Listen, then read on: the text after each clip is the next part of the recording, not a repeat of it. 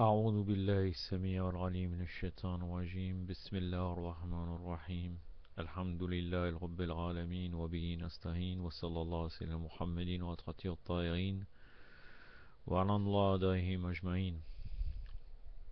قال الله العظيم في كتاب الحكيم أعوذ بالله السميع العليم من الشيطان الرجيم واعلموا أنما غنمتم من شيء فأن لله خمسه ولرسوله وذي القربى واليتامى والمساكين وابن السبيل إن كنتم آمنتم بالله وما أنزلنا على عبدنا يوم الفرقان يوم التقى الجمعان والله على كل شيء قدير.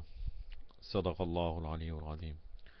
Allah subhanahu wa ta'ala dans Surat le butin, verset 41, a dit: Sachez que tout ce que vous avez ramassé comme butin, le cinquième appartient à Allah, aux prophètes et aux proches parents, aux orphelins, aux pauvres et aux voyageurs. Si vous croyez en Allah et à ce que nous avons révélé et fait descendre sur notre adorateur le jour du discernement, le jour où les deux armées se sont rencontrées, Allah est puissant sur toute chose. Sadaqallahu al-Alim. Deuxième partie de Khomos selon les Mukhalifin, pour démontrer que le Khomos ne concerne pas uniquement les butins de guerre. Nous en sommes arrivés à la dimension coranique de la ranima, donc pour savoir si la ranima concerne les butins de guerre ou est beaucoup plus général. Donc nous avons pu constater jusqu'ici que ranima désigne du point de vue linguistique les profits et les utilités en général. Il s'agit de savoir maintenant quelle signification le Coran donne à ce mot. Le Coran lui a-t-il conféré ses dimensions linguistiques originelles, c'est-à-dire dans son sens étymologique, ou bien lui a-t-il donné une signification plus étroite, en l'occurrence les butins de guerre seulement? Il y a deux réponses à ces interrogations. La première réponse, ce mot aurait été employé dans un sens spécifique, limité aux butins de guerre. Et même si l'on admettait l'universalité de sa signification linguistique et de sa généralité, il reste que le dit mot n'aurait pas conservé sa dimension linguistique supposée. Ça, c'est l'opinion des savants Mukhalifin. La seconde réponse, donc l'opinion de l'école de Ahlul Bayt, alayhum salam, le mot ranima est employé dans son sens linguistique originel le plus large. Le texte coranique ne lui a pas conféré une signification qui dépasse sa dimension linguistique. Les critères et les règles de la recherche linguistique concordent pour appuyer et confirmer cette réponse. En effet, que nous considérons la ranima comme un mot qui a un sens général et plusieurs exceptions spéciales dont l'une est butin de guerre. Donc c'est un des sens, le butin de guerre, mais il y en a d'autres. Ou que nous le concevions comme un mot ayant un sens propre et un sens figuré ou particulier. Nous sommes obligés, comme les règles linguistiques nous l'enseignent, de comprendre ce mot dans son sens général, dans le premier cas, dans son sens propre dans le second cas, et d'exclure sa signification spéciale ou son acception figurée, tant qu'il n'y a pas d'indice spécifique qui nous inciterait à choisir cette signification spéciale ou cette acception figurée. Or, étant donné que dans le verset coranique, nous ne trouvons aucun indice qui puisse nous conduire vers la signification particulière du mot ranima, donc la signification qui voudrait dire les butins de guerre, comme vous pouvez voir à chaque fois que nous lisons le verset coranique, c'est beaucoup plus général. Nous ne pouvons que le comprendre dans son sens linguistique large et propre. En outre, l'expression de toute chose, min shay, ainsi que d'autres indices dans le verset du Khomos, le verset du Khomos c'est celui que j'ai lu précédemment, dans Surat al-Anfal, verset 41, ne font qu'en confirmer, donc l'expression toute chose ainsi que d'autres indices dans le verset du Khomos ne font qu'en confirmer l'emploi au sens général du mot ranima. Donc d'aucuns pourraient objecter qu'il y aurait des données non linguistiques qui indiquent que le sens visé dans ce verset est le sens particulier, comme les butins de guerre. Donc maintenant nous allons discuter de cette objection nous allons discuter donc de cette objection.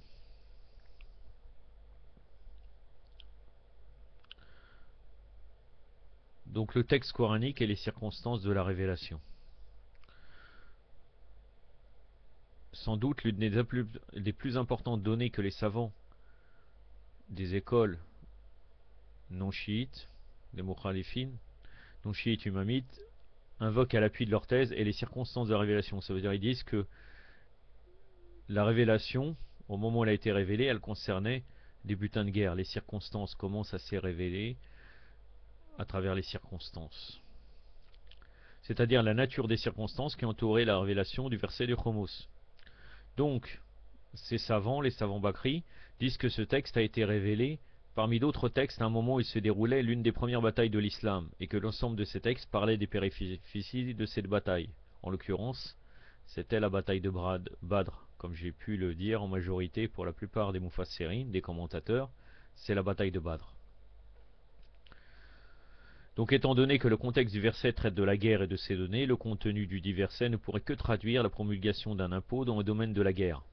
Et ils ajoutent: comment pouvons-nous généraliser une législation pour l'appliquer dans un domaine autre que celui de la guerre, alors que le contexte traite d'un événement précis, une bataille?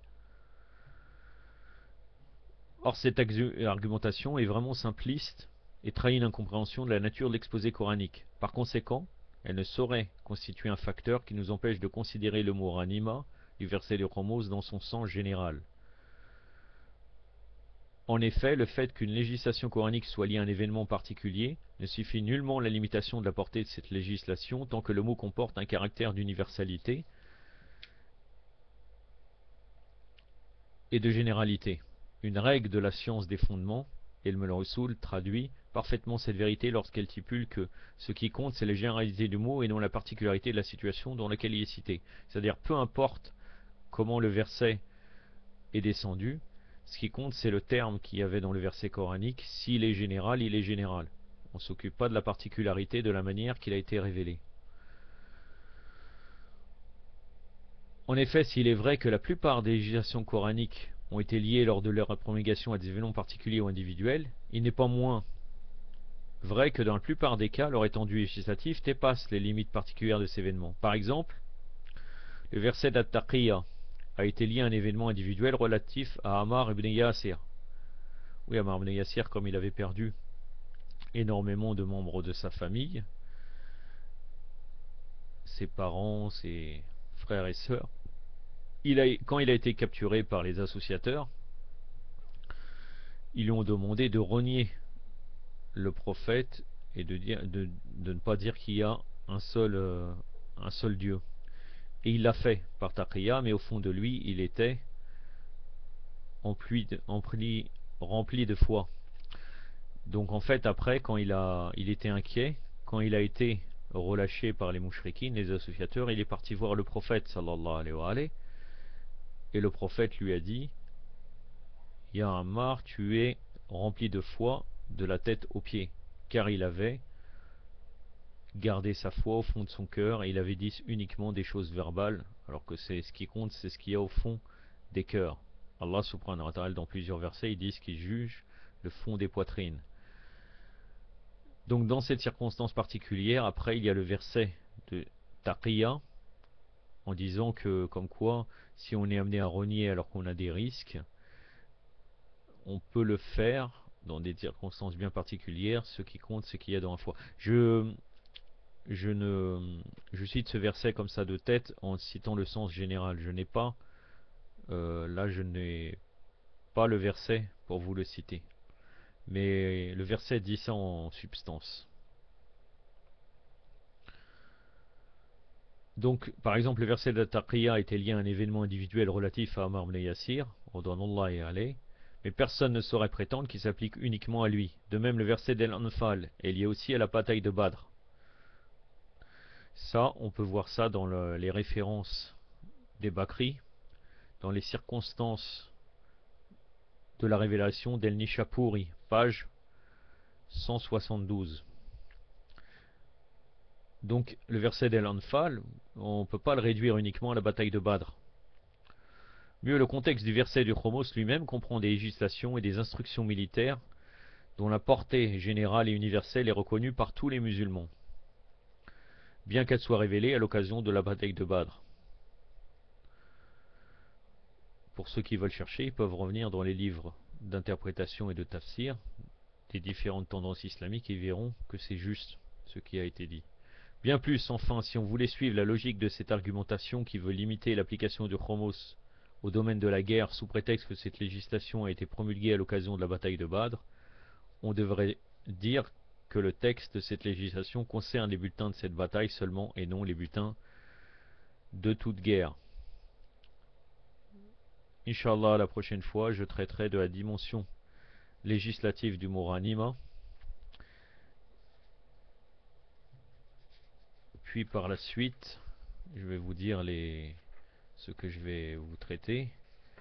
Dans le prochain, donc dans la quatrième partie, ça sera donc les textes accrédités de la sunna des mukhalifin, soi-disant sunna, dans les 4 écoles. C'est-à-dire les textes qui peuvent aller dans le sens donc du fait que leur anima, ça concerne pas uniquement les butins de guerre. Puis après, donc leur anima à la lumière de sunna, donc avec des textes qui prouvent que leur anima veut dire bien autre chose que les butins de guerre. Ça fera 4 parties. Wa sallallahu ala sayyidina Muhammadin wa wassalamu alaikum wa rahmatullah.